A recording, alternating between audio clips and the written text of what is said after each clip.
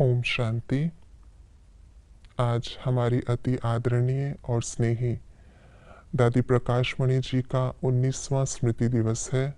हम दादी जी की विशेष बातों को याद करते, बाबा के महावाक्यों को सुनते हुए दादी समान बनने का प्रयास अवश्य करेंगे।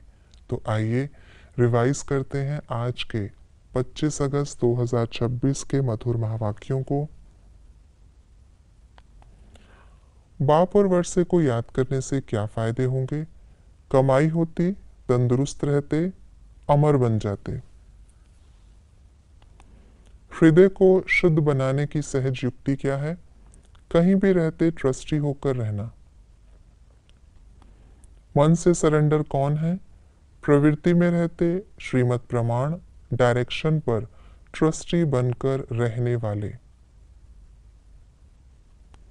भगवान कब आते हैं?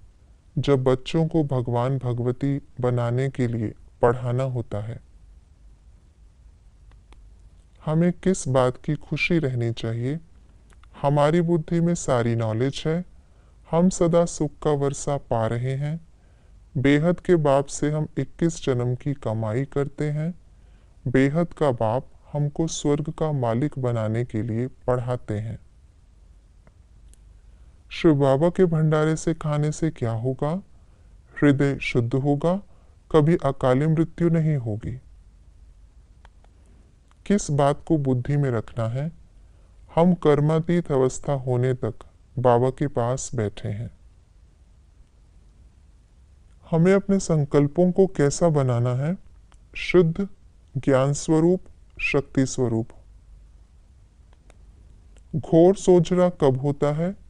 जब बाबा आते हैं। क्रोध का कारण क्या है? ईर्ष्या व स्वार्थ। सतयुग और कलयुग का कॉन्ट्रास्ट आज की मुरली के अनुसार इस प्रकार है। पावन, पतित, राम का देश, रावण का देश, दैवी संप्रदाय, आसुरी संप्रदाय, दैवी गुण वाले, आसुरी गुण वाले। संपूर्णता को प्राप्त करने के लिए दादी जी का पुरुषार्थ क्या रहा?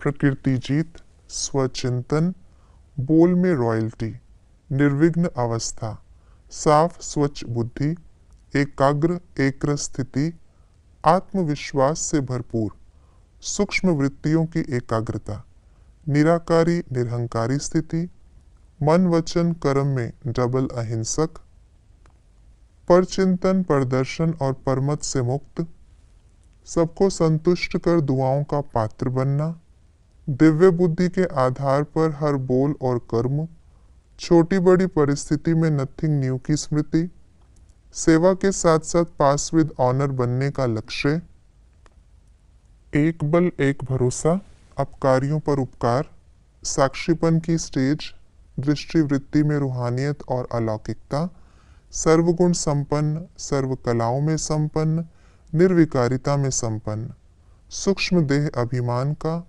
स्वयं के संस्कारों का, मान शान महिमा का, बुद्धि व आदतों का संपूर्ण समर्पण। हमें किन बातों की धारणा करनी है?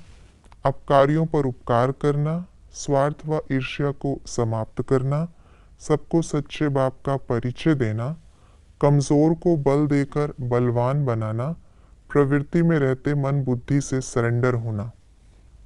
ये थी आज की मुरली की विशेष बातें। हमें सदा स्मृति रहे कि ये कल्याणकारी संगम युग है। इसमें हर पल हर एक का कल्याण है।